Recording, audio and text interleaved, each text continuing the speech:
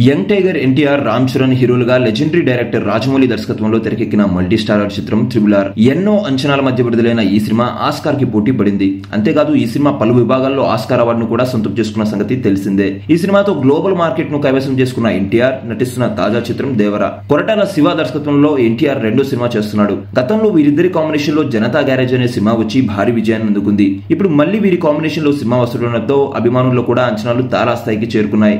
దీనికి తోడు బాలీవుడ్ బ్యూటీ, దివంగత అందాల నటి శ్రీదేవి కూతురు జాన్వీ కపూర్ ఈ సినిమాతో తెలుగు తెరకు కథానాయికగా పరిచయం అవుతుంది. ఇప్పటికే ఈ సినిమా నుంచి విడుదలైన చుట్టమల్లె సాంగ్ లో హాట్ అందాలతో ప్రేక్షకులను ఫిదా చేసింది ముద్దుగుమ్మ. ఈ చిత్రంలో ఆమె పల్లెటూరు అమ్మాయి పాత్రలో కనిపిస్తున్న సంగతి మనకు తెలిసిందే. ఆమె పుట్టినరోజు సందర్భంగా చిత్ర బృందం ఈ సినిమాలో తన ఫస్ట్ లుక్ పోస్టర్ ను కూడా విడుదల చేసింది. సెప్టెంబర్ 27న సినిమా విడుదల చేసేందుకు ప్లాన్ చేసిన చిత్ర బృందం అందుకు తగ్గట్టుగానే జాగ్రత్తలు కూడా తీసుకుంటుంది. అయితే ఈ సినిమాకు లీకుల బాధ తప్పటం లేదు.